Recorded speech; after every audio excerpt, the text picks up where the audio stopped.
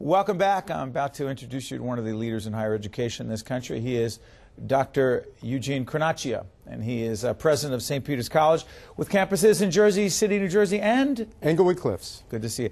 Doctor, let me ask you this. If people may not have heard about St. Peter's, describe it. St. Peter's College is a Jesuit Catholic college. It has about 3,200 students all told. Its main focus, of course, as a Jesuit institution is the liberal arts, but very strong programs as well in business and in healthcare-related fields. How did you become the president? Because you've been around there for a long time. I've been around there for a long time. I started there in 1981, faculty member, then became dean, then provost. And at the time our president, Father Lochran, passed away, the search began, and I was a candidate, and I was selected. Let's talk about incredibly difficult economic times. We're doing this program at the end of 2009. It will air well beyond this. A college degree today means what in this incredibly difficult economic situation? Well, in this situation, it means a greater chance that you will not be either downsized out or unemployed. A college but degree? It's no guarantee in this recession. That's what's so distinctive about this recession. Who are you seeing coming back, Doctor? We are seeing people who have, 10, 15 years experience in the corporate environment. We're seeing people who are looking to change careers because they're anxious about their future. And we're seeing people who never finished their degree looking to come back and get a degree. What areas, I hate to use this term, particularly when we're talking about academics, what areas are hot? The hottest areas right now are education. It's a stable field, even through the economic difficulties that we have. So we're finding a lot of people looking to change careers and go into education, and that's so we're seeing an increase in the undergraduate certification programs, but also in the graduate programs in education. Now, you're a private institution. Yes. It's not cheap. Fair to say? Fair to say. How the heck in this environment, Doctor, are people finding a way to afford a college education, particularly at St. Peter's? It really is a collaborative effort between both the student and their families as well as the institution. And in this day and age, in the state of New Jersey especially, we are very fortunate to have very strong, in fact, I would have to say probably model financial aid programs.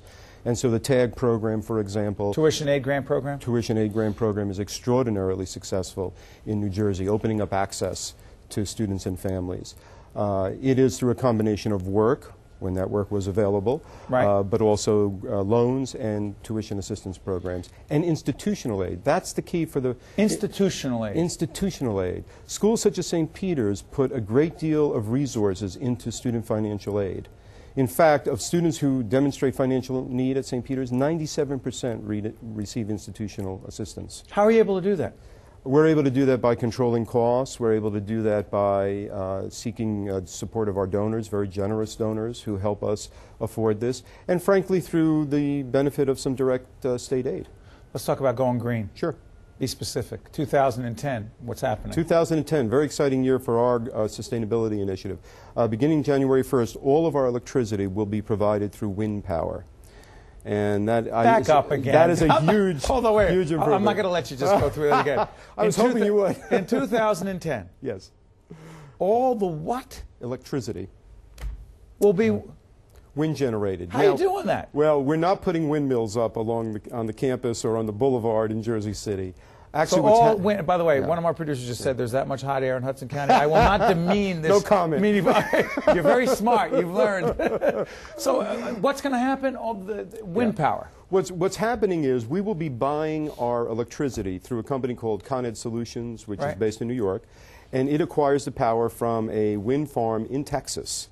And so what happens is as we draw down our electricity from the grid in New Jersey, it is replaced by the wind power generated electricity in Texas. What's that going to mean? It means that we are going to save 3,000 acres of trees. We're going to reduce about 2,700 tons of carbon in just 1 year.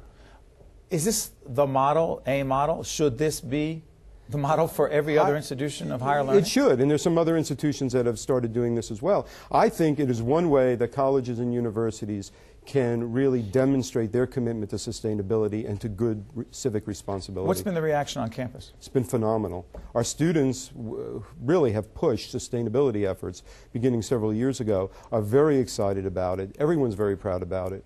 And in fact, we're so proud about it, we have a huge digital sign we've put up on one of our buildings on the boulevard, and that is one of the main messages we're going to have up there for the next couple of months. A lot of pride there. A couple things I want to run past Sure. you. It's interesting to me. People think they know what a college president's job is. Do they? Oh, no, I don't believe I do. You found much in your face when I said that. So I thought I knew, but... Okay, the ivory tower, yeah, it's not so ivory, is it? It's not so ivory. What goes on? It's particularly not so ivory in these difficult times, but it's a lot about meeting people and making connections with people, both in government and in private organizations and foundations. It's about fundraising efforts. It's about bringing people together and getting people to work together and collaborate. It's also about being a cheerleader for St. Peter's. It's being a cheerleader, promoter for the institution. Did you know that when you were there all those years? Did you know that the job would be much less academic and much more, frankly, as a business person? Yes, I knew that because I had been around a while and watching what had been going on across the nation in terms of how college presidents, what their roles have become. You know, frankly, the last few years have been hard on higher education, and so that has pushed us to become much more like a business. Real quick, we do this program as a new governor takes over in New Jersey. You are a private institution, not a public one, but there's impact. Right. What should Chris Christie do if he were truly committed to improving the higher ed situation in the state? Certainly, one of the main things is maintain the TAG awards as they are. Continue the direct state aid to the private institutions in the state of New Jersey. We contribute an awful lot to the economy. Over $7 billion is directly attributable to the actions of the private institutions in the state. And frankly, without the private institutions, the state would end up spending a lot more money than it does now on public education. 30 seconds left. What's the message you would say to every parent out there? I'll give you a chance to say, hey, why St. Peter's? Why St. Peter's? We care. I shouldn't say just parents, but young people as well. Sure, everyone. You know, St. Peter's really does care about each and every student. We're not too big. We don't want to get too big. We want to make sure that everybody who comes to our institution has a chance to succeed. We want to support them in achieving their goals. I'll say one other thing that's very important, I think, and that is a private education at St. Peter's is actually much more affordable than people realize. It is. You love what you do, don't you? I love it. In spite of all the challenges? In spite of all the challenges. Doctor, I tell you what, part of your job is to be out there being a cheerleader, and you just did a terrific job on one-on-one, and I have a feeling people know a lot more about St. Peter's than before. Great job. Thank you.